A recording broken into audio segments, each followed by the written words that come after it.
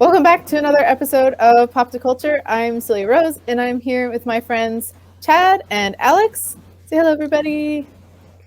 Hello. Hi, everyone. Hello. We're back. Yes, we're back. We're going to talk about some Macross stuff, right? I think it's been a little bit since we've had a Macross episode.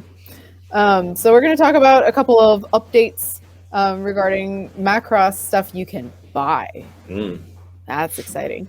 So the first one is that there's a new Valkyrie album coming out. It's their third one called Valkyrie Reborn, and that's up for pre-order.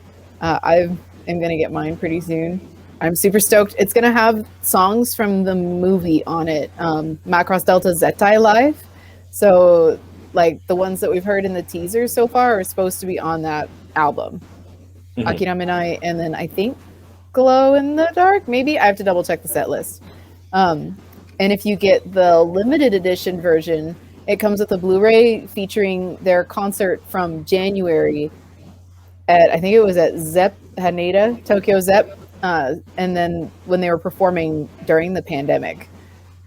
Oh, all the ones where there's no audience and stuff. That they had it on, I think, YouTube, right? Not that one. So that was the very sad pre-recorded one. Where like there was hardly any cheering even from their staff, because I think the staff had a no yelling rule. This is from the concerts in January where they were only doing 50% capacity. Oh, okay. And tickets were super hard to get. Like I only know one friend of mine who tried to get tickets and actually succeeded. Wow, that's awesome. And he went, and they had very, very strict rules, like no yelling, no singing. All the stuff that would slow and prevent spread. But yeah, so that's exciting. Are you guys gonna buy it? I'm gonna buy it. I mean, was everybody wearing masks? Not the performers, of course, but in the audience, was everybody wearing masks? Did they have to wear masks and stuff like that? I think they were required to wear masks. Yeah. It's kind of like sad, kind of like a bittersweet type event. Right? It's nice to like attempt to do something normal. Yeah. But at the same time, like you can't cheer, you can't yell, no singing. Oh, like where does the energy come from? Yeah, you can't yell or cheer because of the pandemic, not because you can't cheer for them. Yeah. Or because of the recording, but you just can't be like spreading any germs or stuff like that. Yeah, and it was also like, because I remember at that time that it was supposed to happen in August, like when they first announced that concert, August it was 2020, pushed back. And they pushed it back for another state of emergency. And I remember when they made that announcement too, being like, "Is this okay? Like, are they really considering having a concert, like a full concert, in the middle of a pandemic? It's not going to be fixed right away." Yeah. So I mean, at least they had it, and it's good for the girls to get out there and perform, which is part of why I want to support the album. You know, they're not doing as many live shows and appearances because of the pandemic and the multiple state of emergencies in Tokyo and Japan. So, but I'm gonna get it. I'm excited. I'll be getting it. I mean, I want the new songs and stuff like that. You know. Yeah. Where are you getting it from? I'm gonna get it from Amazon Japan. Okay. I'll be most reliable shipping. CD Japan. Nice. So, what about you, Chad? Are you excited about the new album? Are you ready? Anti-Walker. I'm not anti-Walker. Unfortunately, I'm just not into it. Yeah, just not into it as well. I mean, the Macross music and stuff like that. I like most of it, but there are some stuff that I just didn't get into. And I think Valkyrie is just one of them. That's all. It's not bad. Like there are some individual tracks that are pretty fun. Especially in the context of the series and the movie, but it's also wrapped up in my. I'm that kind of person who I want to, I want the whole package. I want like a good anime, a good story, good characters, good music, good mecha and stuff like that. And then when one of those parts isn't kind of working for me, or multiple parts isn't quite working for me, Yeah, it puts a puts a strain on the other ones. You know, it makes the other ones less enjoyable. I know that's kind of shitty, but I guess that's just the way I'm wired or something like that. I just got But spoiled. Walk here brings You know? the vax. So if you're not into them, we can classify you as anti-vax. No, I'm Vaccine fully like. vaccinated. Exactly. Yeah, but you know what? That's a fair point though, because like, I think part of why I find Valkyrie still so enjoyable is because I've learned to separate them from Macross Yeah. Delta, and Oh, really definitely. that's the way that they've like their career has gone anyways, Mhm. where their success is beyond the anime now. Yeah. You And know, it's actually kind of hypocritical of me to say something like that too, because I've often been the guy online who says, okay, if you don't like, Macross 2 or Macross 7 or some other, production that, a lot of people disagree on, it's like, that's okay, just enjoy the mecha. Because I present the mecha like as good as I can, regardless of whether or not I like the show. Mhm. And so I'm always telling people to do that. And I can do that with the mecha. Maybe I just need to try harder with the music. But it's also the music itself too. If the music doesn't like grab you, like then it doesn't grab you. Like the music from SDF Macross is awesome. I love it. I can listen to it over and over and over again. Do you remember Love, Macross Plus, Macross Frontier, all that sort of stuff. That the music on all that is really good to me anyway. I love all of it. But some of the stuff not so crazy about. Macross 7's music didn't really do all that much for me. Delta, not really either. Yeah, I know, right? Yeah. I love Macross 7. yeah, I love Macross 7 music too. Yeah. I wouldn't go through Macross 7 again, but the music stays. The music is good. But I got into it after the show. It was like it kept running in my head. So I was like, I'm gonna find it and play it, and back then it had to be there's some like again, like even with Valkyrie, like there's some tracks that I really do dig, but the most of it I'm not really vibing with, and the same thing with 7. Like for some reason, actually, I like 7th Moon, like the opening track. For some reason, I 7th really Moon like is good. I really do, and I'm just like, wow, this is a good song. And then they'll play Planet Dance, and I'll just be like, oh, God. I'd be surprised if anyone still enjoys Planet Dance after watching all of Macross 7, just because of how many times you hear it. Like, you just need a break from it for a little bit. That's a separate issue entirely, though. I mean, you can get really sick of a song you love just from hearing it too much. Exactly. So that's a separate issue entirely. I just don't. I never did like Planet Dance from the very first time I heard it. I was like, this is terrible. I don't like it. I don't like it. Okay, so important question regarding Macross music. Macross 2 music. I love Macross 2 music. Okay, good. Chad? Yeah. I like the opening track, and yeah, there's some good stuff in there. Though I like it a little bit better than I'd say like 7 or Delta. Yeah. Okay, good answers. Because Macross 2 music is like, because I was going into Macross 2 anticipating that everything was going to be bad, because not everyone, but most everyone doesn't have anything nice to say about Macross 2. Well, shame. But then when I encountered the music, I'm like, oh my God, like this is awesome, like 80s, like late 80s, early 90s pop. Like I really love it.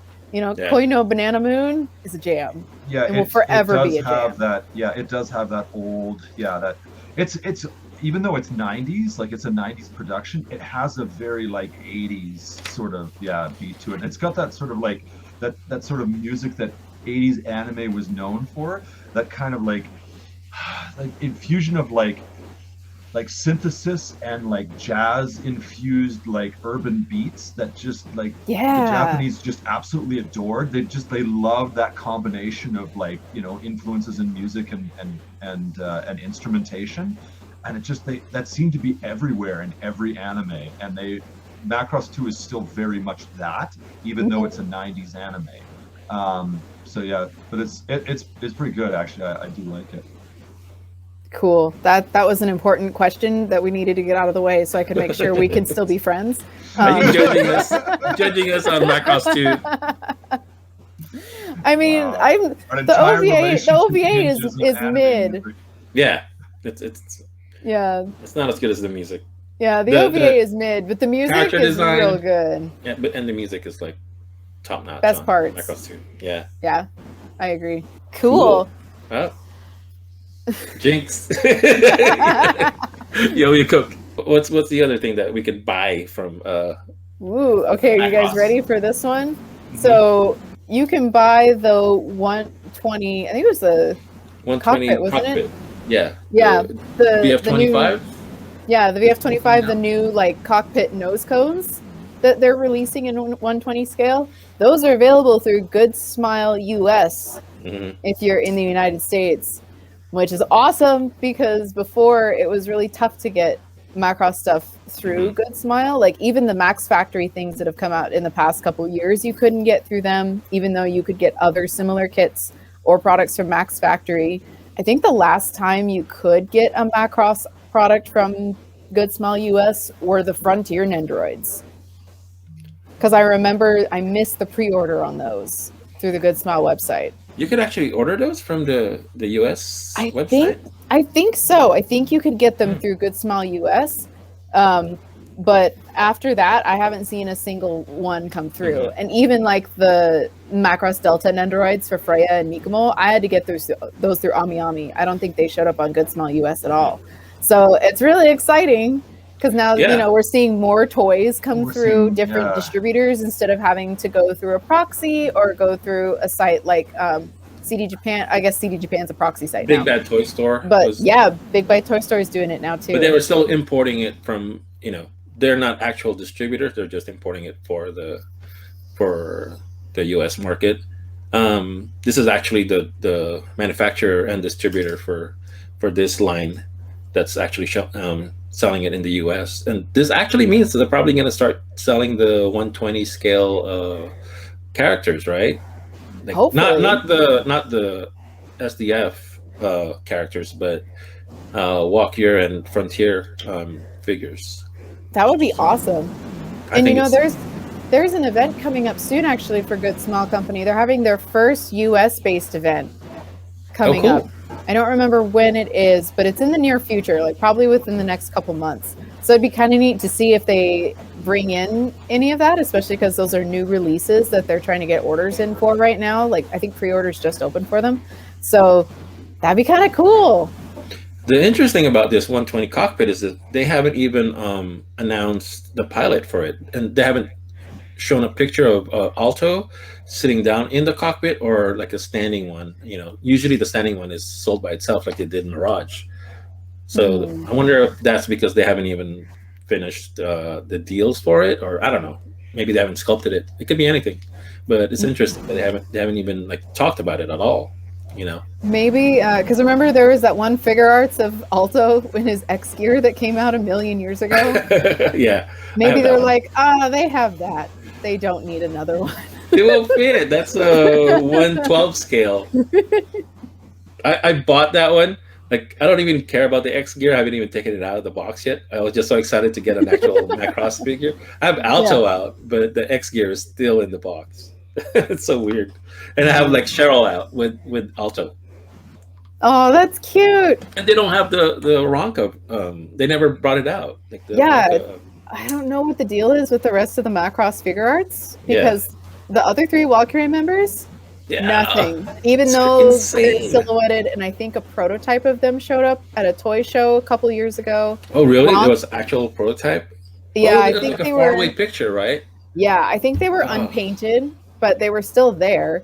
And then Ronka showed up in a lot of the promo pictures for that anniversary Cheryl, and she hasn't shown up either. And she was in her default colors along with the Cheryl in default colors, like almost 8 years ago at another toy show where the painted prototypes were shown.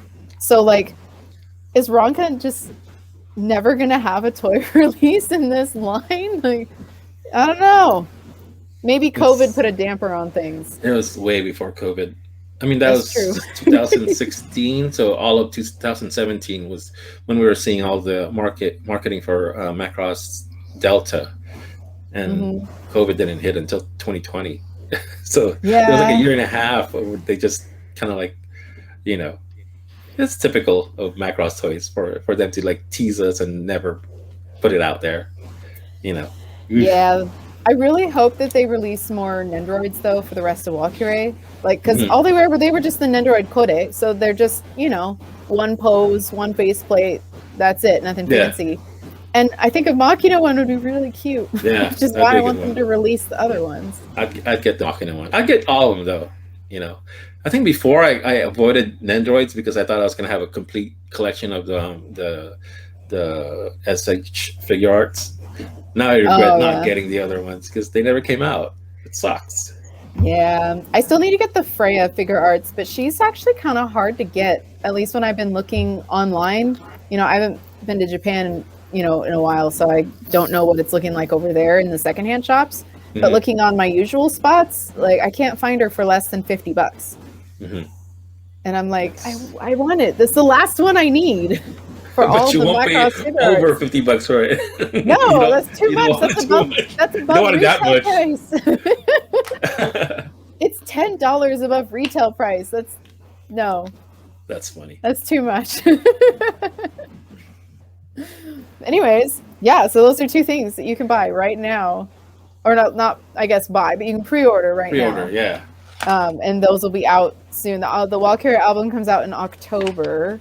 I did not double check the date on the nose cone, but it's probably either, if not the end of this year, probably sometime early next year, like probably around the spring or summer.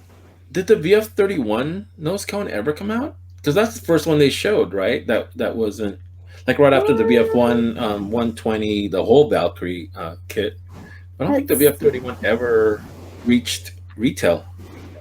I don't know if it did. So let's see. It looks like they have prototypes. Yeah. Because yes, the Valkyrie ones, I think. Or am I thinking of the kits? You're thinking of the smaller kits, the 172 with all the Valkyrie. But there was always like pictures of Mirage with the cockpit, the 120. Yeah. Mirage. Yeah, I see the prototype. I'm looking at pictures of the prototypes right now in a forum thread. So it looks like they have the prototypes. But they never released it. They're not out yet. God, it's so weird that the 25 just kind of like zoomed right by it, I think it's because of Frontier, honestly. Like, when you think about the consistent moneymaker, it's Frontier. So if they're going to make this venture, they're going to start with one of the series that's going to get the most attention. So it's like the VF1, and then the VF25, and then everything else. It's amazing. They didn't even do the YF19 at the 21.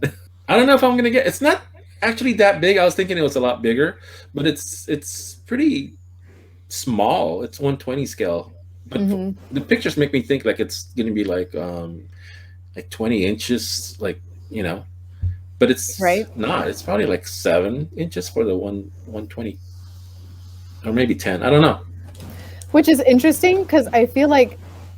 Remember the 120 VF1 that they released, like that full kit? It feels a lot bigger than these nose cones do, even though they're the same scale. I don't know if it's just because it's of the angles that they're taking the promo pictures at, but they feel a lot more. They just smaller. Well, it was the whole thing, but the box itself was huge when people took pictures of the box. When they were receiving it, it was like bigger than the width of their doors or something like that. It's bigger than them. It's bigger. They do like videos, and they do them holding the box or something like that, or they have it in front of them, and the thing would like take up the entire frame. It was massive. Yeah. So that's why I guess I was thinking like the VF 25 would be like massive, but it's not. It's tiny. Another thing that did come out is the VF1D. Everybody got theirs. I guess it's been 2 weeks. And like people are still like posting theirs. Like people are just like so happy. I've never seen anybody post that many pictures of themselves receiving their Valkyrie. It's insane. There's a lot of joy around this toy because the other thing too is I don't think I've seen so many recreations of the VF1D falling through the building in like a week's time as I have since this toy came out. Like I saw it on Twitter, I saw it in our Facebook group. Like almost every person who loves toy photography that I've seen online has recreated that scene to some extent. And it's really neat to see, like everyone's just really enjoying this toy. Yeah, and there's the one where the VF1D is in Gerwalk, and then next to Foker's like Battoroid, that Mhm. scene when, yeah, you know what scene I'm talking about. It's pretty Yeah. crazy. They have so many like representation of like the first and second episode. So awesome. So I don't know. It's people are really happy. And it's not just the fan racer, you know. It's just like the toy itself. I've never seen people so happy about their DX.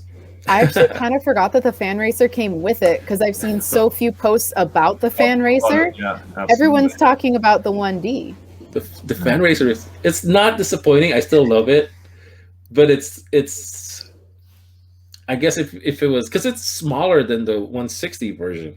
If they really shrunk the plane itself, Yeah. and then the figures are like 160 scale, so it's kind of underwhelming. If it was like a true 148 representation with like landing gears or something, I think people would be more excited. It's kind of underwhelming. Not disappointing though. I still like, I love it. It's like all the markings are on it and it looks great. So Yeah. not exactly complaining. So don't send hate mail just yet. I was just going to say, I think that the reaction, the fan reaction, and the online reaction to the DX1D is sort of like it sort of tells you what people like really appreciate and really want. I remember when it comes to toy collecting, this topic comes up all the time, and I tell people to sort of like, if you're worried about how expensive the hobby is, and it's like it's becoming a burden, or you're thinking it's making things difficult and everything else like that, and it is kind of getting harder right now. We're sort of at the apex, I think, of how much difficulty it is to get a hold of some of these figures.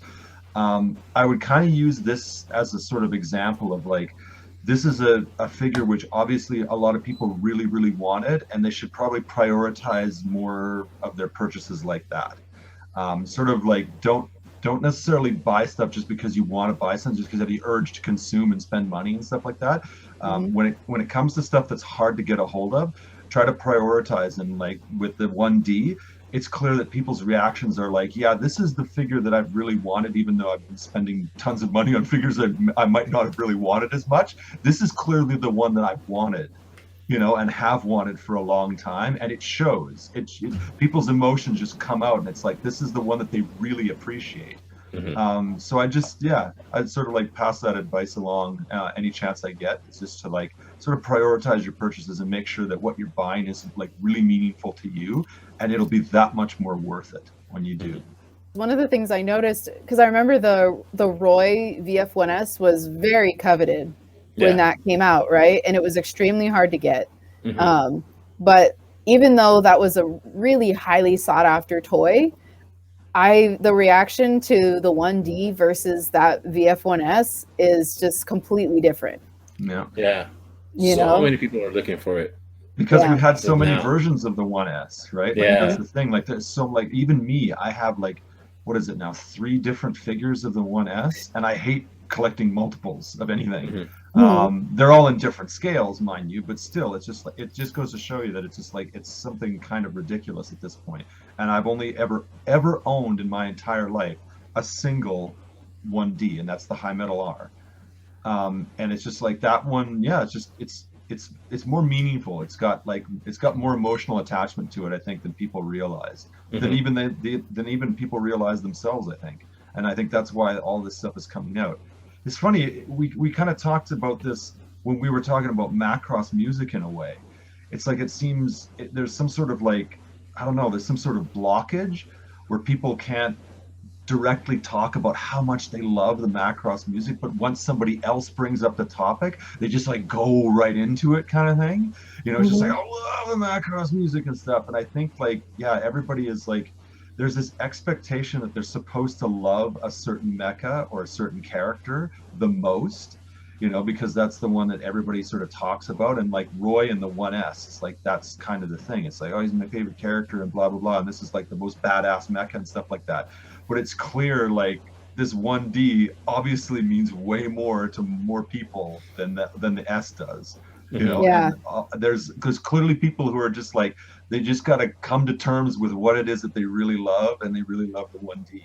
You know, that orange thing for them is just, that's the one that gets them going. So yeah, it's awesome. It was like animated like beautifully. That's why also Yeah. I think it touches like so much of like of people's feelings, because it looked Those good. sequences, It looked are good very, very good. in Yeah, actually, animation. Yeah. I got into a discussion with another fan about how even some of the best animated sequences from SDF Macross would look really good today if they Mhm. were like, if everything Oh was yeah. kept the same, the angles, the illustrations, the staging, the editing, all that sort of stuff, but just done with a modern technique and modern budget and stuff like that. Those sequences would still look Oh fantastic yeah. and would Yeah. still be exciting to this day. That's how good they are.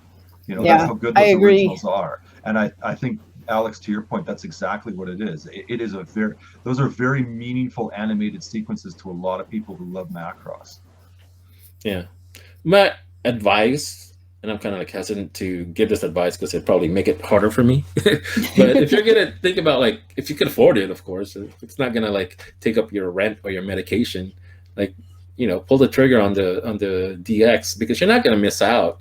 If you decide that you don't want it, you could always sell it, and and it goes up like almost right away. The value goes up. So you Mhm. know, if you're like teetering between getting it and not getting it, I think don't. that's awesome advice. I think it's excellent advice. Yeah. And I would say that like for the people, I noticed this too, and I don't mean to be coming down on fans or collectors or anything like that, but I happen to notice over time certain patterns, and one of the patterns is people will complain about the cost of the DXs or the Yeah. other expensive premium Macross figures, whatever they may be, like um, the premium finish, stuff like that. But I'll see those same people who are complaining about the cost of one figure just talking about figure after figure after figure that they're buying.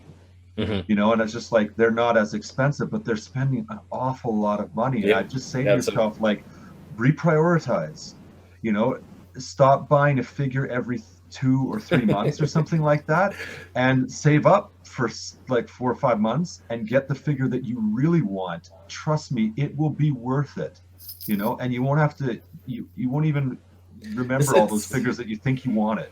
You know, like it's a non-issue. Just like exercise a little bit of discipline and you'll be rewarded with the figure that you really do care about. I don't know. I'm guilty about being on the other side of that too. Like, you know, like there was like a Voltron that went on sale maybe like a week ago, and it was like $699 just for the and they're usually like the SOC version was like $300, and that was a lot. Mhm. So now they have one for like $700. By the time you get it in, it's probably going to be like $800 shipped. And and I was actually like, oh, it's not going to come out until next year. All this justification in my head, I could pay like $200 maybe every 2 months, or so. And I'm like, no, that's ridiculous, man. I'm not going to pay like $800 for Voltron. Well, no, because that puts you only about $300 away from a premium finish SDF one. Exactly. Right. No. I bought that. And then somebody was selling it when like I didn't buy it. Like I'm like, no, I can't afford that. And just this week, somebody put up what do you call it? A Regal, 160 Regal, one of those kits from Oh yeah. Yamato on our group. And then I was like, I messaged the guy and I'm like, how much is it? And I don't know if I'm supposed to say how much it was, but it was like up there. And then in my head, I was like, it's not that much compared to what I bought it for, a long time ago. And I was like, oh, that was just like that's the same exact amount of money that I just said I couldn't afford to, buy Voltron with. And all of a sudden, it was just like tempted, and I'm like, no, what's wrong with you? You just saved that money. Now you're willing to let it go again. What's wrong with you? Poor Voltron. Poor Voltron Losing out to Regal. Macross toys. There was a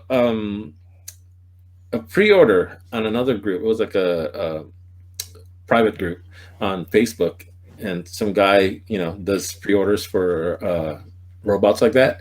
Mhm. And I think for that one, he pre-ordered 270 pieces. Can you imagine? I mean, he didn't collect all like $700 for each one. They did a deposit of $20 each, but still, it's like that's being in charge of a lot of money, man. You know, and Right? this guy's pretty trusted. Like I trust him too. I would have if it was something I wanted, I would have got it from him. But wow, 270 pieces. They should be giving him a free one. Right? You know? Buy 270, get the Get one 271st free. Yeah, he probably is getting a free one. You know. I would hope so. So the Delta Blu-ray box set is coming out in October. Mhm. As far as I know, it will have subtitles just like the originally released Blu-rays from 2016 and 2017. I think it also includes some concert footage. I'm not 100% because I can't remember because I mixed it up with the album earlier when we were talking about it before we were recording. But I think it comes with footage from their first, Walkyray's first live in 2016. Which they never released, right? They only done like third live. They've done, I know, second and Second they've live? got their own Blu-rays. I think Oh, they've okay, released second one too. they released clips of the first live with Mhm. previous like album releases, I think, Okay. but not like a full length concert. Mhm. But that's coming out, and the best part is it's only $250 I was gonna say, is there compared like a? to the original release, which Mhm. was when you bought all the Blu-rays, Mhm. and that's if you bought the like. I think it was the limited release ones. Mhm. So the ones that also gave you the box that they The all little- fit in. Didn't one come with a little booklet or something like that? So Yeah. those came out to about $800. Wow. If you bought each Blu-ray individually, they were about $80 a piece. Yeah. You know, Crazy. it's nuts. I'm considering getting that box set. I might wait until someone puts it up secondhand because $250 is still a little steep for a series that I fell out of love with halfway Yeah. through. But it's still like it's a great deal for someone who really wants to get Macross Delta, but didn't want to pay the price tag of all those discs The individually. 800. Yeah. You know, Yeah. so yeah, that's coming out And in October. they always look good. Those box sets, you know, the covers, everything it comes with. It's I like, think there's new art either by Chisato Mita or Tenjin mhm. for the Blu-ray box set. So you'll get a new piece of Macross Delta art as well Yeah. if you decide to get this one. Oof, that one I have to think about. I'm gonna get the Walker CD, Yeah. but oof, I would have to think about the $250 Yeah, I have to think about the box set too because because I'm not gonna watch it. I'm not gonna watch the Yeah. series. that's exactly it. It's like part of me is like I want to get it because you know I know some people who worked on it and that kind of thing, and I want to Mhm. support their work. But at the same time, I'm like I'm not watching this show again. Like I haven't watched it again since it aired Yeah. in 2016. Buying a $200 box set isn't going to make me watch it again. Yeah, it's So- too bad because it's actually a well animated show. You know. Yeah, it looks pretty solid. So Yeah. that is kind of a shame. I've seen it since 2016, but that Oh, really? Oh yes, for your screen cap collection. Oh, for yeah, screen that's right. for screen captures and reference and stuff like that to Mhm. work on the Mecha site. But yeah, then I went through the whole series and grabbed screenshots of all of the episodes. So I got like a huge catalog on my hard drive, and it's fantastic. Like just to look at, it is a fantastic looking show. Everything is so like modern production values for anime are just like amazing. Like you know, I was actually talking in another topic on social media. I think it was on Twitter about like how awesome high definition anime and modern anime production looks, and it is fantastic. It's just gorgeous to look at. Everything is so clean and crisp. Everything is so well put together, and it's always a real shame when it's something that you don't like, but there's clearly money on the screen.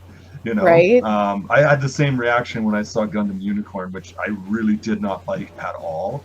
And the animation for that series is it's astounding. The amount of money that went into that. It's a gorgeous looking anime, and it's a shame that it's just not that good.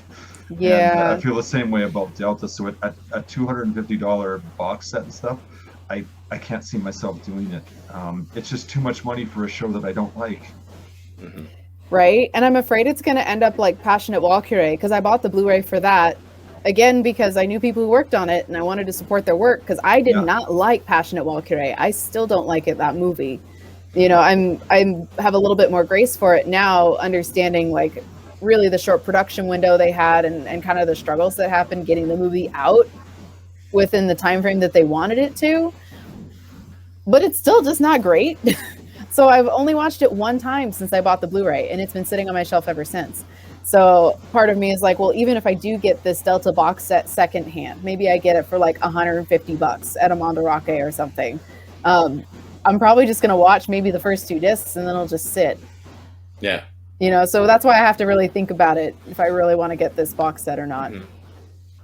I mean, I know going in that I'm not going to watch it again, but like the only reason I buy, like I said, I don't have a Blu-ray player. The only reason I buy the box sets for Macross, and Macross is probably the only show that I buy Blu-rays for still. It's like they're so pretty and they look good right next to each other, having the whole complete collection, and all the extras are pretty good. Like I would want to watch those concerts, you know, being a Valkyrie fan that I am, Chad, you know, do or die. But you know, well, I mean, that's why I didn't get the, you know, that Macross Gatomaranai Blu-ray that came out. I think it was last year, the year before. It had the extras from Valkyrie Third Live, like the opening sequence, the open the concert and all that stuff. But I still haven't bought it because it was like $80 for like a 2-hour special that wasn't subtitled. So, but all I really wanted were the extras. That's the other thing that keeps me from buying it too. There's enough friends here down in LA that would buy it, and then before the pandemic, we would just, you know, go over to somebody's house and we'll watch it together. Yeah, exactly. Yeah. So, you know, I don't know. Could it be also, do you think that we're biased because we spent so much time with Delta when we reviewed it? Like, I don't know about you guys, but I watched each episode twice because I'd watch it raw when the raw went up, and then I watch it when the fan sub went up. Yeah. So because I've seen it so, like, watched it so much during that time frame, and then we discussed it at length. We talked about it, that I'm like, I've seen it. I don't know if I need to watch it again because everything is just so stuck in my brain. Like I still remember events very clearly and small details very clearly. Yeah. So maybe that's another thing that's holding me back. The stories and stuff like that, the way it's doing homages to old Macross, the way it's building up its mythology and stuff, and all of the different things that are happening in the plot and everything. It was working for that first half, and then it just really fell apart. Uta Macross. Yeah. Which just had its 4th anniversary, right? 4th? Yes. Wow. This game has been running for 4 years if you don't count the beta. That's all I played. So if that doesn't count, I'm not a fan. I tried to get into the beta, but it was Android only, so that didn't work. But yeah, I've been playing the game since launch. They actually are releasing a new set of costumes right now where Ranka and Cheryl are getting Valkyrie themed outfits, and so are Basara and Malin. Yeah. Basara and Malin and Ranka and Cheryl are all getting outfits based on Valkyrie's Strahl outfits. So they're default ones that are like, you know, have the stripes and like the little hip lights and that kind of thing that they wear most of the time. Yeah, those ones. But you know who's noticeably absent from that costume lineup is Min-Mei. Oh, I thought you said Lin Min-Mei was getting it. I was like, wait, Milen's getting one, but not Min-Mei? Yeah, Malin's getting it, but not Min-Mei. She's not in that lineup of the ones they've released, and they're all coming out within the next like month. But they've had new Lin Min-Mei costumes come out like recently, right? Yes. Yeah, Min-Mei is still getting new costumes. Yeah. But she's not included in this group of people getting Valkyrie themed outfits. It's not the same style, that's why. It's not like the current idol culture type, you know? Like she's more classic. Maybe. They kind of put her in some more retro style stuff. Like the closest they've done to putting Lin Min-Mei in like a contemporary idol thing was for the Pink Monsoon event. There was an outfit that Cheryl got that was like this like really tight leather pants and like leather crop top thing with pink accents. And Mikumo got a dress themed the same way. Minmay got a similar dress to Mikumo, and so did Ronka, that kind of had a similar motif. But that's really like the most modern thing I've seen them put her in. A lot of her stuff is very like classic nostalgia based. Like even when they released a bunch of school uniforms for everybody, hers was very like, it felt like it was from the Showa era, like 60s, 70s blazer with the bow and like a little longer skirt. Like, so they definitely do tend to put her in nostalgic stuff when it's not pre-existing outfits from Macross Illustrations. Crazy. Yeah. Play the game, it's fun. So is that it for the Macross products? Yeah, I think that's it for now. Cool.